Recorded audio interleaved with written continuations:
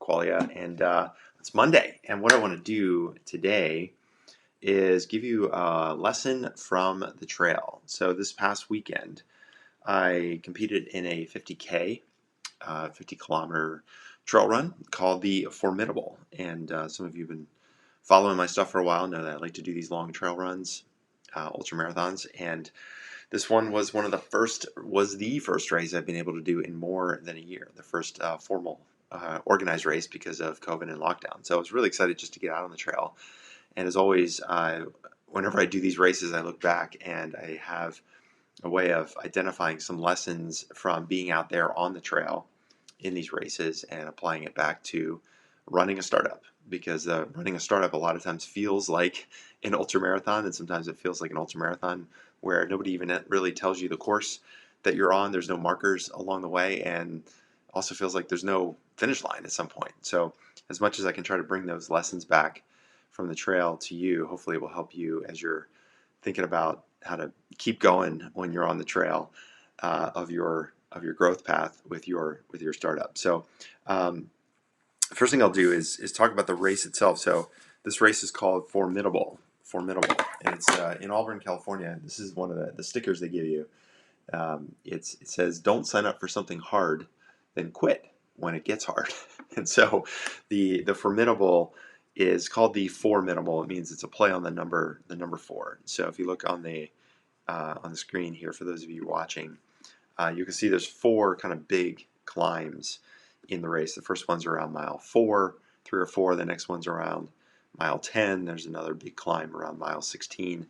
And then the last climb coming out of a place called No Hands Bridge up to the finish line is the last 3 or 4 miles, last 4 miles of the course. There's a little descent on the way up, but it's mostly uphill from there.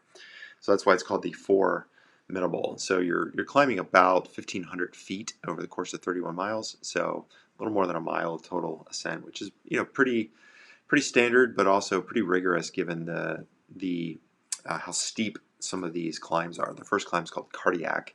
The second one's called Training Hill, or K2.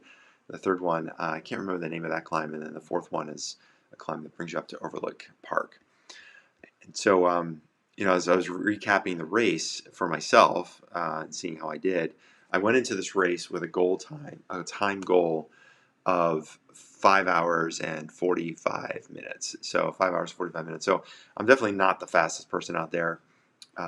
That's for sure. I'm never going to win one of these races. So my competition, my time goals, or my goal times, are really strictly for me. It's to see how I can do. And I think that's really a good lesson right there. First lesson for the trail is, this. I've talked about this before, where comparison is the thief of joy.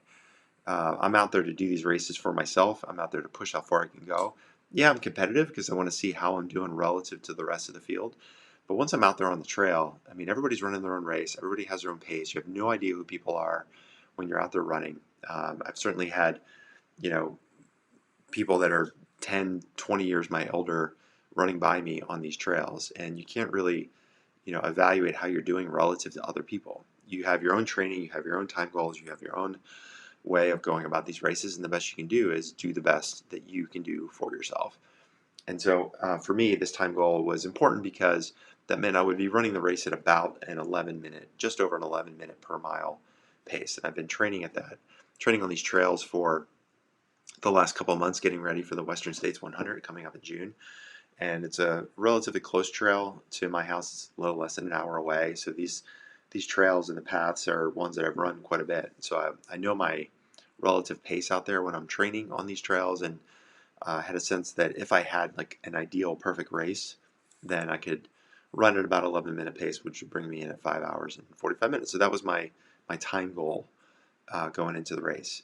And so the second, as I started off in the race, the splits, the first couple of miles, because they're mostly downhill, I knew I really needed to kind of go on attack. The first, and again, it's all relative when I say go on attack. It's like, who am I attacking? Nobody but me and this time goal. But I knew that if I wanted to have a chance at this 11-mile pace, I was going to have to bank some time early in the race on the downhills where my legs were fresh. I didn't want to explode myself and overwhelm and blow out too soon, but I knew I could run, a pretty steady pace, pick up some miles and some minutes early on to keep my average pace lower going into the second 2/3 of the race. And so I was actually really happy. The way I divided the race up was into smaller sections of anywhere from 5 to 6 miles. So that first section of the race is about 5 miles, 4 miles descent, and then a climb up. And I finished that section under a 10:30 pace. So even after the first climb, I'm like well ahead of my goal pace. The next section is mostly downhill, and so again, I wanted to pick up some time. I was feeling pretty good there, and I think it's a good lesson though, because I think it's like knowing when to attack and when to lay back is a second kind of lesson here when you're thinking about running your startup. I think there's times where you need to go on the attack or be more aggressive, and that aggressive could be, be more aggressive with outbound and going after target markets. It could be being more aggressive about going after competitors. It could be more aggressive on, maybe trying to ramp up some hiring quickly if you think you have an opportunity to take some market and get out there. It could be being more aggressive with other parts of your sales process, right? Picking up the phone and calling the CEO on the other side of the table, where you've been working with mid-level people throughout the course of a sale, and you've got an opportunity here to really convert this prospect as a new customer. Sometimes you have to be a little bit more aggressive in a good way and take control and look for an opportunity, seize that opportunity to, in my case, it was bank some time. In your case, it might be bank some cash, right? But you also need to know when to lay back. And so some of these climbs are, they're not climbs where you're going to be doing any kind of running. Like the training hill climb, or what's called K2, is the second big climb, and it's about 1,000-foot climb in a mile. So it's really steep, right? You're not going to bank much time there. So you got to lay back a little bit and make sure that you're not going to burn yourself out going up a hill. But even in some of those uphill sections, there are small gradations where it does flatten out a little bit, or the incline is such that it's runnable, even though it's uphill. And doing enough training out there, I knew these climbs enough to know when I could do some running on the uphills, not burn myself out. I have this process that my coach taught me called 11 sevens. So run for 11 breaths, deep breaths, it's 3 or 4 strides per breath, and then walk for 7 steps. Run for 11 or 7 breaths. Run for 11, walk for 7. And mix it up. Maybe it's 9 and 7, or then it's 7 and 11. But looking for and reading the terrain and knowing where there's places where I could push a little bit, and places where I needed to peel back and just deal with the fact that I was going to have some slow going. So that was something else, early in the race, because I didn't want to burn out too soon. But then I had this long downhill section where I was able to make up some more time, and then I get to the halfway point of the race, knowing I have 2 big climbs, basically 1 big climb ahead. Then I've got a little bit of uphill rolling terrain, and then finally a long descent where I could pick up some time, bank some more time before the last climb. And so coming through that second big climb and then down into this river, it's the middle fork of the American River, where you hit the halfway point, and I've done 2 big climbs, feeling pretty fresh, and knowing the next climb ahead has some good runnable sections on it, and feeling pretty strong, right? So feeling good midway through the race at mile 15, mile 16, and headed up this next hill.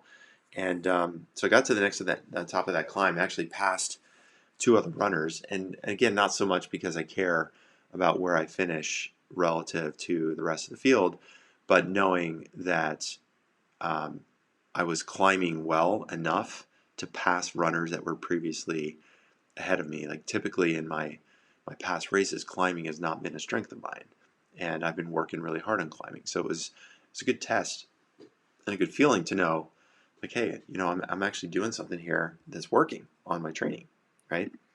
So when I go back to kind of thinking about some other lessons from the trail, it's number one, it's comparison is the thief of joy. Number 2 is, I guess, doing hard things is important. So that's really, the first lesson before we even get started is like, pick things that are hard. They're going to push you to your limits. There's no reason for me to be out there other than this is supposed to be fun, right? I mean, There are people right now that are dealing with really significant problems all across the world, and I get to choose to pay money and be in an environment where it's safe now to go out and do a 50K run. Like, that's ridiculous. So there's no reason for me to do it other than I want to do it just to push my own limits. But doing those hard things are important because it gives you something to focus on. It gives me something to train on. It gave me something to have as a measure of personal growth outside of work, right? It gave me something to focus on. It's an opportunity to show my son that, if you want to work towards something, you can work towards it. And he sees me training, and he knows when I've got training time and when I've got dad time, right? So doing hard things is one. Number two is knowing when to attack, when to lay back. The third one is the journey piece, right? That's the third lesson. Kind of mixing these up in order as I go along. But then, so now we're at the midway point, and I get up to an aid station at mile 18. And so by now, okay, you're 18 miles, about 3 hours in. I got 12, 13 miles left, and I'm pretty much like right on my pace time. I'm just, I'm looking at my Garmin, and I'm just over 11 minutes per mile pace. So I'm like, okay, this is good. Now the next section is kind of rolling hills, a lot of up and down. It's like a gentle uphill for a little bit, but then it's up and down. And I kind of know the terrain because I've done this race before, and I had a sense for how strong I could run in this section. And so it's like a 5 or 6 mile section, and really my job there, that was one of those places where knowing where to attack, when to lay back. There was some downhill, I could go run more aggressively. Some uphills that weren't that steep, I could run up. There's a couple that were a little steeper. I knew I needed to walk and catch my breath, not try to push too much too hard, and really just kind of use those 6 miles as a way to bank a little bit more time before the last big climb. And I was able to do that. And so that mile 18, in that stretch though, I started to feel a little bit of a cramp in one of my legs. So not a big deal, but a little bit of a cramp. Foreshadowing. Right around mile 20. So I get to a town called Cool, which is at mile 24. So I've got about 23 or 24. So I've got about 8 miles to go. I think it's like 23 and a half, somewhere around there. So I got 8 miles to go. And now, again, at this next aid station, at mile 18, I was right on my goal pace. I get to the next aid station, and again, because this last section was kind of rolling hills and some flat and a little downhill, I was able to make up a little bit of time. So now my pace time overall for the race was under 11 minutes. It was right around like 11 or 10:56 per mile pace. So now I'm thinking, all right, now I've got a chance, right? At least I put myself in a position where I can, maybe hit this time goal. Because the last 8 miles, it's about 4 miles of downhill and then 4 miles of uphill. The last 4 miles of the race are mostly uphill. So I'm thinking to myself, I've got these next 4 miles of downhill from mile 23 and a half or so down to mile 27 or so. And then I got 4 miles of uphill. Part of the uphill is runnable, part of the uphill is not runnable. It's all hiking. So those hiking sections I knew are going to be slow. So I'm thinking to myself, I've got these 4 miles where I can, again, know where to attack and really, make up the time. And I know this section of the trail really well. I've probably run this part of the trail, I would guess, over the years 20 times I've been out there. So I know this trail really well. So I'm feeling good. I short stop at the aid station. Every aid station I was there for no more than a minute. Really just filling up quickly with water. I carried a backpack, so I had everything with me that I needed without having to refuel too long. Grabbed a couple goo gels. I don't eat those very often, but in shorter races like this, they're a good pop of energy. So, foreshadowing, I mentioned earlier. So this is the next lesson, which is, crap is going to happen. Shit's going to happen. And what matters, especially when you're running your startup, is how you respond to it. You know it's going to happen. You don't always know when it's going to happen. And oftentimes the shit's going to happen at the time where you least expect it. And for me, coming out of this cool aid station, I knew I had these 4 miles of downhill. And I'm thinking to myself, this is great. Like, I'm feeling pretty strong. I'm ahead of my schedule. I got these 4 miles of downhill. I know the trail really well. Like, let's go, right? Let's see if I can bank some more time. I am not more than a quarter mile out of the aid station and going down a really pretty easy part of the trail along a highway that's going to feed me back into the forest. And I kick a rock. I not only kick a rock, I completely bust it hard. Uh, so I tripped over a rock sticking up in the trail and came down hard. I came down hard on my left forearm and my left hand. I came down hard on my left hip. And there's other rocks in the trail, and it was just like a oof kind of moment, like oh, and it was painful, right? I looked at my arm, and it's pretty much shredded. All the skin is, not to be too graphic, but the skin has come off. Most of my forearm, I got a bandage on it now. It's all wrapped up. My left hand is pretty scraped up. I got some cuts, and there's blood and stuff. My left hip, I can feel it's pretty banged up. Big scrape there. And I'm laying on the ground in the dust thinking like, okay, first of all, am I hurt? Like, am I injured? Am I just in pain, or am I injured? So I was clearly in pain because I'd fallen on some rocks. And my calves started cramping up because my body was just contorted. Now I'm laying on the ground in the dust, face down towards a hill, and thinking to myself, okay, am I hurt? First of all, like, did I hurt something? Did I injure myself? And I could tell I didn't feel an injury. I didn't feel like sharp pain in my ankles. I didn't feel sharp pain in my quads or my hamstrings, other than cramping. So I managed to get myself up and reset again. Okay, am I injured? No, I'm not injured. I'm just in pain right now. And so I just, when I talk about stuff's going to happen, shit's going to happen, and how you respond to it, you just have to decide, okay, well, what am I going to do? Like, frankly, what am I going to do? I got 8 miles to go. What am I going to go back to the aid station and quit? I mean, I'm not injured. I'm just, cut up a bit. And the next 4 miles are downhill. I know the trail pretty well, so the least I can do is just, work my way down to the bottom of the hill, get to the No Hands Bridge, and then figure out things from there. And so you just have to just kind of decide when these things happen, what are you going to do? And for me, it wasn't really a choice. I made a decision when I started the race I was going to finish the thing unless I got injured. I wasn't injured. So you just keep going. It's just part of running on the trail, just like running your startup. Things are going to happen that you don't expect, and they'll oftentimes happen when you least expect them. So you get up and you keep going, right? And so the last, those 4 miles, I get down to No Hands Bridge, and I managed to, get some pace back. It wasn't comfortable running. I could feel some soreness in my hip, but again, I wasn't injured. I was just, bruised.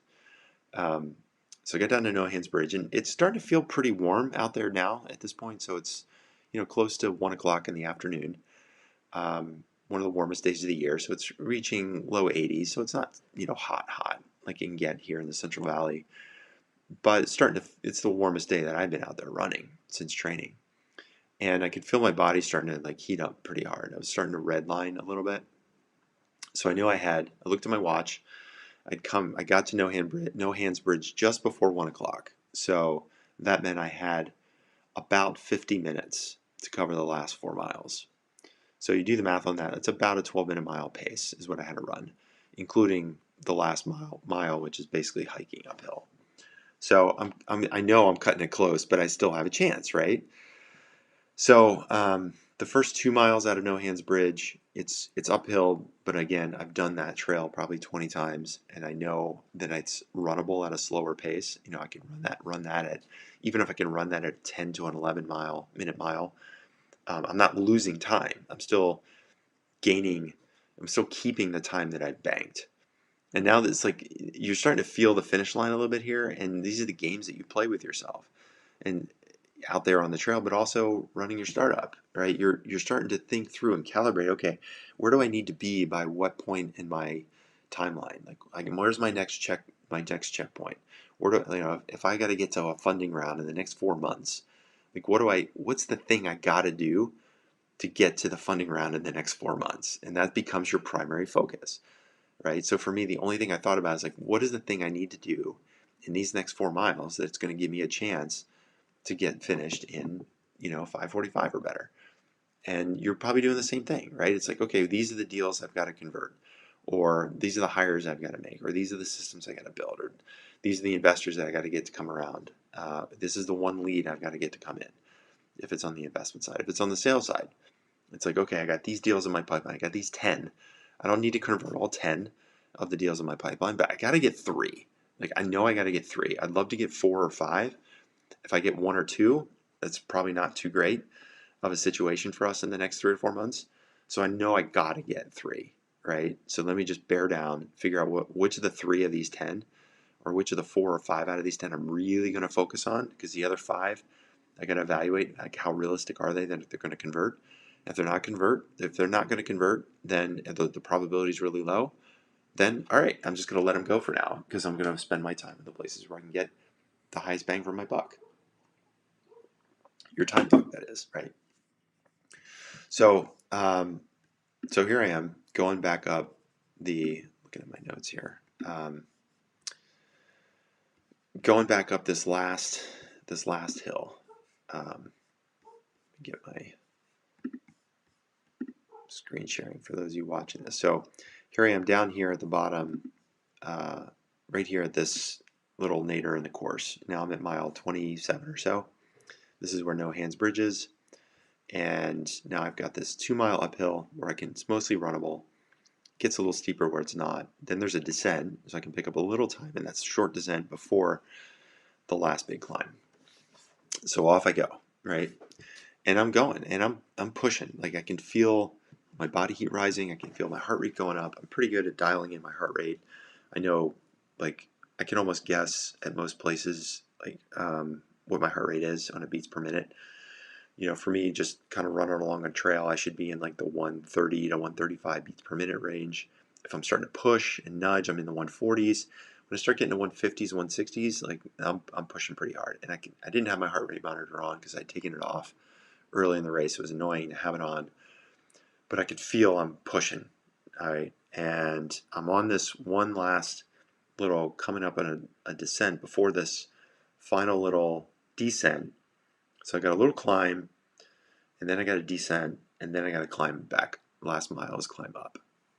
And with about 2.5 miles to go, my body completely locked up. Completely locked up.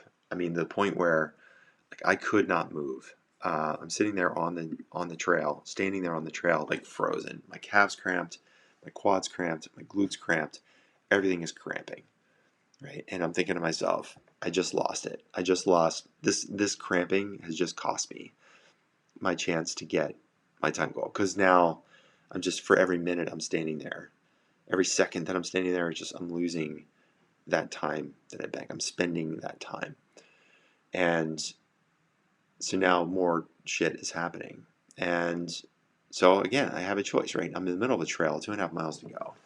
Like, what am I going to do? Like, I gotta, like, the fastest way to get any help is to finish. So I remembered something my friend Kelly and I talk about all the time, which is relentless forward progress. You're out there on the trail. If you're standing there, you're not getting any closer to the next checkpoint or the next aid station or the finish line. So the best thing you can do is find a way to keep moving forward. So I just started hobbling. I just basically, like, back and forth with my legs locked up, my knees could barely bend because my muscles were so cramped. And I got towards the top of this little ascent and just started kind of hobbling down a descent. And as I started to hobble a little bit, my muscles started to loosen up and slightly maybe resembling a running stride, but probably not really. And then I hit, the next little climb before the last descent. And by then, I basically, this idea of relentless forward progress, I also remembered something that I learned back at the Tahoe 200 that I did back in 2017. It was a lesson that I'd heard from a guy named Eric Burns, who used to be a Major League Baseball player. Now he runs ultramarathons and does endurance events. And he learned this from a triathlete. I can't remember her name, where he learned it from. But it's basically, the idea is, like, your mind is in control, not your body. Right? So as much as my body was in pain, it was cramping up, my body was like, I'm not going. My mind is separate from my body, right? My mind can say, no, I'm going, right? And so I could find a way to move forward. And that way to move forward was to hobble a little bit and bounce back and forth without bending my knees. And basically telling my body, like, body, you are not in control. My mind is in control. I am in control. I get to decide if I stop or not. You don't get to decide. Now, obviously, if I'm just like injured and then you have a broken ankle or something, well, yeah, then your body has decided for you. The injury has decided for you. But in this case, it wasn't injury; it was just pain. It was cramping, and so that's where pushing through in those situations and deciding to as maybe like the last lesson here is just like leave it all out there. Like you got that far in the journey and things are hard. Like you have to decide: are you going to keep going or not? Are you going to let the conditions around you decide whether you keep going, or are you going to decide whether or not you keep going? And I told myself, I mean, in the middle of the trail, number one, my mind decides, not my body. Number two, relentless forward progress. That's how these things work. And number three, I was like, dude, you chose this. Like, you wanted to be out here. You wanted to be on this trail. You wanted to see how hard you could push yourself. You set this time goal. You gave everything you had. It was like, I mean, I remember thinking along the trail, like, it's me in the course, and I am throwing haymakers at this course. I'm doing everything I'm supposed to be doing. I'm pushing on the downhills. I'm pulling back on the uphills. I had a great race plan. I'm doing all the things I'm supposed to be doing, and it's me in the course, and it's just a battle, and I'm throwing haymakers as much as I can throughout the course. And this is just a case where, course one, Scott 0. It was a knockout in the sense of my time goal, but that doesn't mean that I lose entirely. It doesn't mean that I stop entirely. It just means that I find a new way, a new goal. And in that case, the goal was, look, get to the finish line, finish strong. Maybe I can finish. I can't finish in 5:45. Maybe I can finish in 5:49, right? Finish with a 5:4 or something, right? It's completely stupid when you think about, whether or not those times go. But you got to find something to keep you going, so that you have. I mean, because the easy thing to do would just be to like, just limp it in, walk it in. It doesn't matter if I finish in 6 hours or 6:12 or whatever I finish. But to me, it mattered to me to leave it all out there. So I adjusted my goal and said, okay, let me see if I can keep moving, at least run as best I can, get there and finish in under 5:50, right? If I can't do that, then I'm going to finish in under 6 hours. And so, I found some semblance of a stride and got down the hill, and then I had this one last descent, and it's hard, it's a bitch, and it's it's steep, and you just start counting steps one at a time. And I count to 100, and I start over at 1 again. 1, 2, 3, 4. Count to 100, start over again. Count breaths, 20 breaths. Breathe in, breathe out, 20 breaths. Every time you're counting, every step you're taking, you're getting closer and closer. And this is what I'm telling myself. Every 20 breaths, I know how much trail I can cover. Every 100 steps is 100 fewer I have to do. And then you start seeing spots where you're like, okay, I know around this bend and up this hill there's a fence. Once I get past that fence, then I had this one last little climb, and then I could see the finishing gate, and then I get to the final edge of the finishing gate, and I'm literally 2 steps from crossing the finishing gate. They're announcing my name, and I tripped, and I almost fell on my face crossing the finishing gate. But I didn't. I stayed on my feet, and I crossed, and I finished in 5:51. So I missed by 6 minutes. But I got it done, and I know, like, I left it all out there. And that's why I do this, right? Is to do hard things, to just find a test, to see how far can I go? How far can I push myself? What can I do? Where am I in my training? And when I look at how I did on this same race relative to the same race 2 years ago, it was much cooler. It was a lot more rainy, so the trail was slick, but I had hiking poles. So different factors made the course a little bit easier. Cooler day, hiking poles. Certain factors 2 years ago made it harder because it was rainy. But when I look at my final rankings in this race, I finished 15th overall out of 96 people. Here I am down here, and I finished 5:51.15. And dude, like I'm damn proud of that. I'm really proud of that, because that same race I finished like 34th last time with more runners. I think more, or about the same number of runners. So look, man, I mean, I do these races. People ask me, why do you do it? Is this supposed to be fun for you? And it's not fun being out there, but what's fun is getting ready, pushing yourself, seeing where far you can go, getting done, being able to have ice cream and cookies at night, eat some Chinese food on Saturday night, hang out, watch Harry Potter with my son, spend some time with my family, um, and just know that I did something hard and that I challenged myself for no other reason than I could, and I did. So, all right, so that's it. That's my race report, my lesson from the trail. So just to recap here, a couple things that we talked about. So number one, do hard things because the easy stuff is easy. Find challenges that are going to push your limits. That's so that you know what your limits are.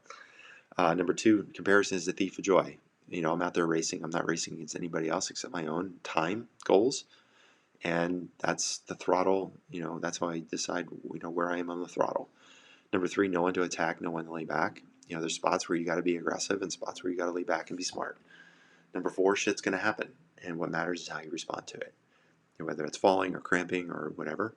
And then the last lesson is just leave it all out there. If you're going to do something, do everything you can to do your best you can. Be your best self. Do your best. Give your best effort. Don't give up when things get hard or you miss your goal. Find new ways to keep yourself motivated, and then get there. And when you're done, celebrate. So, all right. Well, that's fun. I love doing these race reports. Hopefully, there's some lessons in there for you as you're growing and running your startup. If there's anything I can do to help you out, if you're looking for ways to push yourself, or you need to know how to push yourself, or you need to know what the strategies are that are going to get you to the next level, then maybe I can help you out. So shoot me an email, scott@salesqualia, QUALIA.com. Just type something in the subject line like private if you want to have a quick chat. We can hop on a call and see if or how I can help you out. Otherwise, I'll leave you with my sort of personal mantra, which is do more, be happy, surprise yourself, go farther. See ya.